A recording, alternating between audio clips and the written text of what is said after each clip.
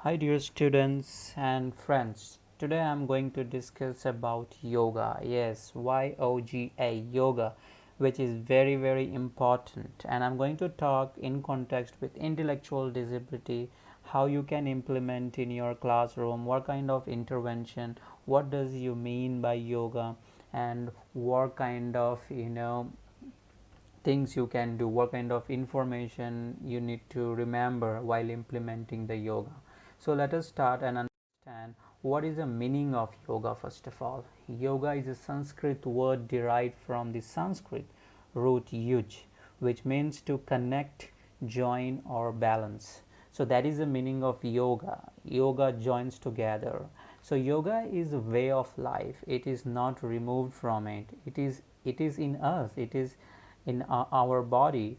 It comes together wherever you go. So we cannot remove it from our body or our life. So yoga is a system of mental, spiritual, and physical development which originated in our country 1,000 years ago. Yoga means to bind together. As it says, it develops the mental, it develops the spirituality, it develops the physical development of the child, or not only child, every person of all the age group. So there are many branches of yoga. The popularly used one is Hatha Yoga, which involves the expression and conservation of energy, and this is very important for children with intellectual disability. So this type of yoga incorporate asanas, that means the postures, along with pranayama, that is breathing exercises. Yoga is being tried quite effectively to control the children with hyperactivity. Yes, it has been proven that if you teach yoga in a right way, in a right proper manner, or with accuracy, 100% you can see a drastic change in a hyperactivity children, as well as emotional, as well as some other disorders as well, to improve the overall health. So that is a meaning of yoga. Now let us understand the definition of yoga. So, yoga is usually defined as a union between the limited self and the divine self. That means it is unity, as we discussed, binding together, with the self. That is very important. So, the teacher must be well trained in yoga before teaching children with intellectual disability. As I said, if you move a wrong direction, if you don't teach in proper manner, then 100% it will reverse. Then it will be wasting a time rather teaching the yoga. So always remember, you get enough knowledge before you teach intellectual disability.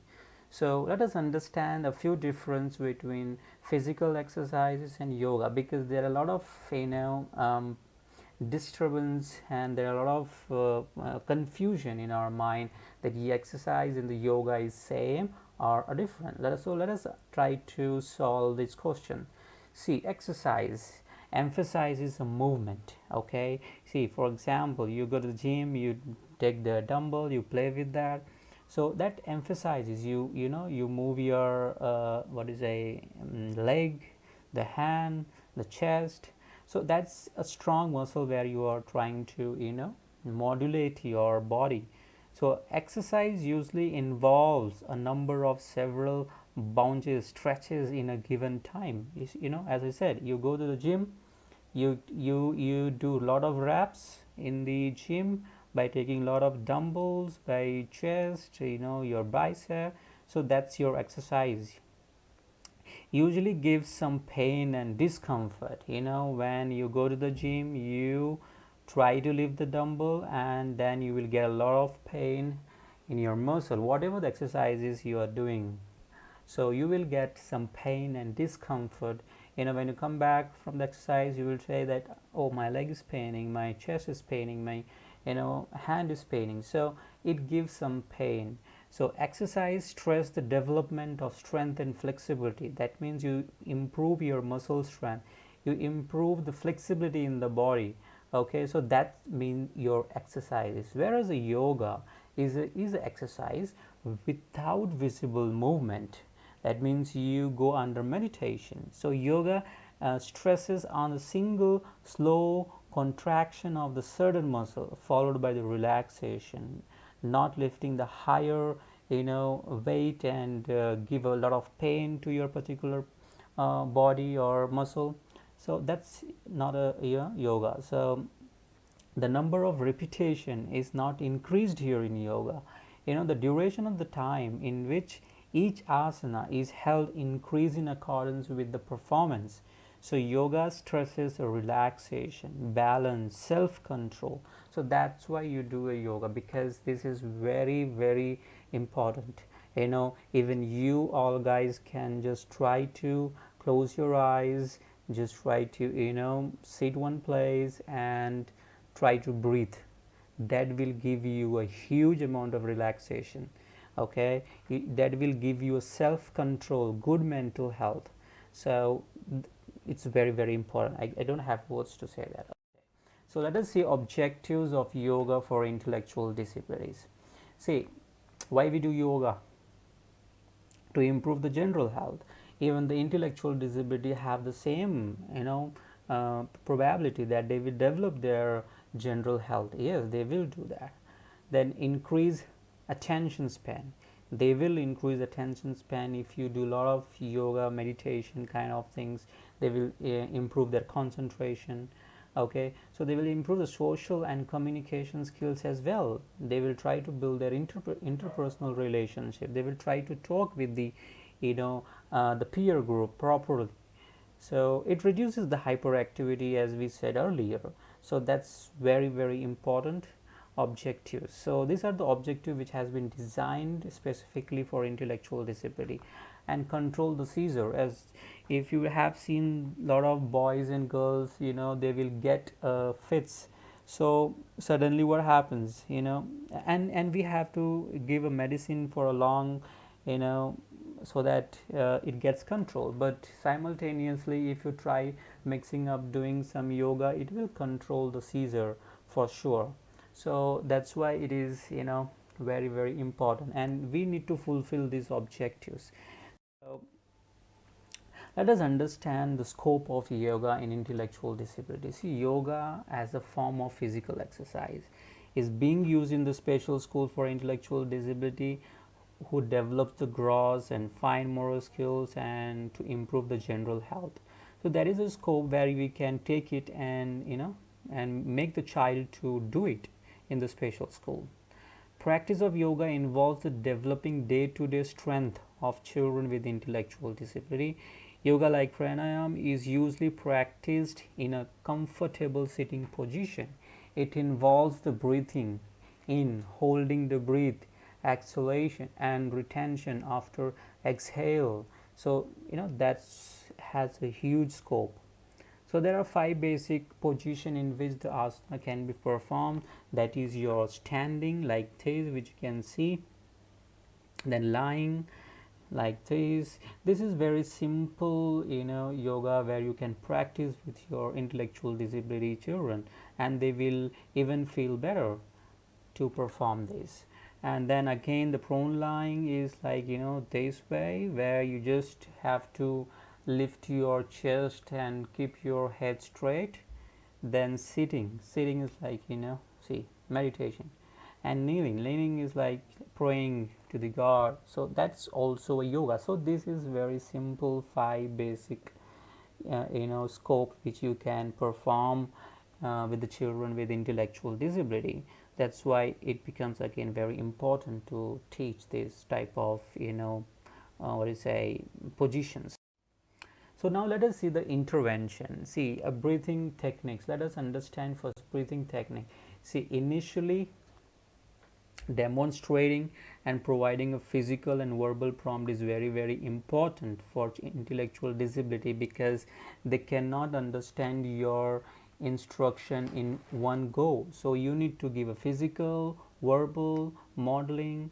That's very very important. So do not introduce a breathing technique in the beginning itself. So this is two main important condition or point which you need to remember as a special educator, as a teacher, because they are new to this.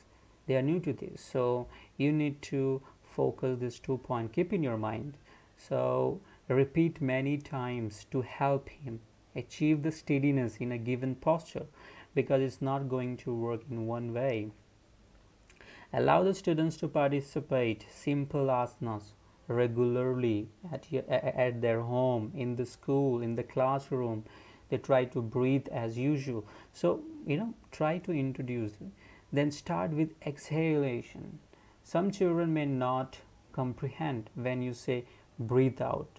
So, try to make them say so like this, which make them automatically exhale, including using abdomen. Once they exhale, inhale naturally, then you follow to motivate the inhalation, sprinkle perfume on their hand, and then ask them to smell it. That is also one way where you can modulate them to smell.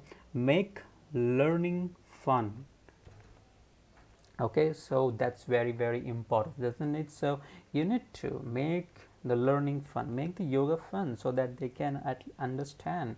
So some children may comprehend breathing in retention and exhaling to count as 1, 2, 3, 4, but many may not. See, when you teach a yoga, you say 1, 2, 3, 4. They try to retain, they try to exhale, but some students may not understand. So some may know just 1, 2, they don't know what is 3, 4. So in such case, say 1, 2 in the slow manner, stretching the word as you say. Okay, say stop and indicate with the raised palm when you want them to retain the breath. So again, say 1, 2, slow to release. Repeating the word 1 slowly also provides an excellent opportunity to inhale and retain the exhale breath. So that's very, very important, where you need to remember when you teaching the breathing techniques. To teach exhalation to children with associated with visually and hearing impaired, there might be a condition where you may have a intellectual disability with visually impaired and hearing impaired. For children with those who have associated condition with visually impaired, hold his hand in the front of your mouth when you exhale. Okay, ask him to imitate. As I said to you, modeling is very, very important for a visual and non-visual. Try them, ask them himself to imitate. For hearing impaired, breathe in front of mirror and let them see the positioning, the action is happening. So let them observe what's happening. Okay, so that's very, very important. So in breathing technique, you need to remember these points. Then Uttanasana. So this is how it looks. Okay, so let us understand how you need to do. Here the posture begins with standing movement. Ask the student to raise a hand, then bend forward and touch the floor. It's very, very easy. Ask them to stand, raise their hand, and then bend slowly forward and touch the floor. Sometime what happens, they may not able to touch the floor, so don't force them to try slowly. You can give some sort of weight in their hand so that their hand moves slowly, or you can hold the hand and try to move and give a support to the leg so that it doesn't, or you can use a wall for that, for a back support. So there are a lot of ways, modifications you can do. Okay, remember. So ask him slowly, come back to the standing position again. As I said, some children may have difficulty in raising both the hand. Break task into smaller steps. Okay, so don't push them suddenly down. Slowly, step by step. You remember task analysis, where you break the objective in the teachable component. So in that way you need to do. Ask the child to stand, provide a support of a bar or a wall if required. As I said, let him raise one hand first, then other. If he has a difficulty in maintaining this posture, place an object, a ball, a book in his hand. Ask him to interlock the finger, as I said you initially before this. So you need to follow this step. While bending down, allow him to bend knee slightly if he has difficulty. Okay, so make sure that you give a support to the child, and if he cannot stand, allow him to sit on a stool, chair, and then bend. That's a good adaptation. Actually, you can use a stool rather using the supportive chair where you have a railing where you need to keep your hand. Rather taking that, you take the stool. That works better actually. So let us move to the Trikonasana. See, this is how it looks, and it's very easy and simple for our children with intellectual disability. So this asana involves the twisting to one side. It helps in bilateral balance. Okay, so here the student is required to extend one leg forward, twist the body, and bend to one side, which may be a difficult. Okay, so a normal guy can do, but turning the foot which is forward in the direction of the body will help. So what you need to remember, okay, you give some sort of adaptation, then it will be very easy to make them. You can just try to hold the leg, the hand, okay, moving and touching, and then in that way you can just support the child. And then fourth one is Paschimant Asanam. So this is how it looks.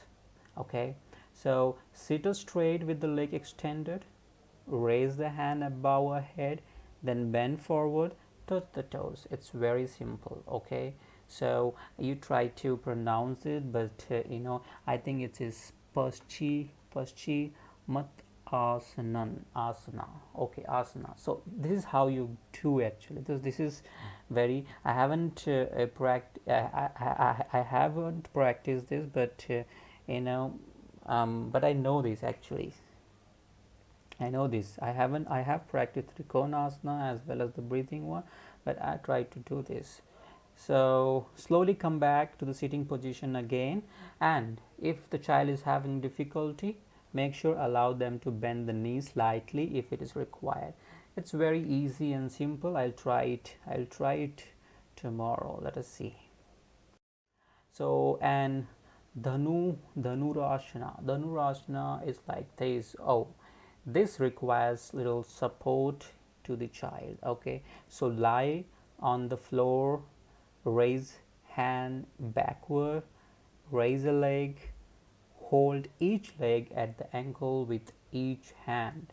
Maintain this posture for few seconds and release. Allow them to raise one leg and hand at a time, and introduce a counting at each step.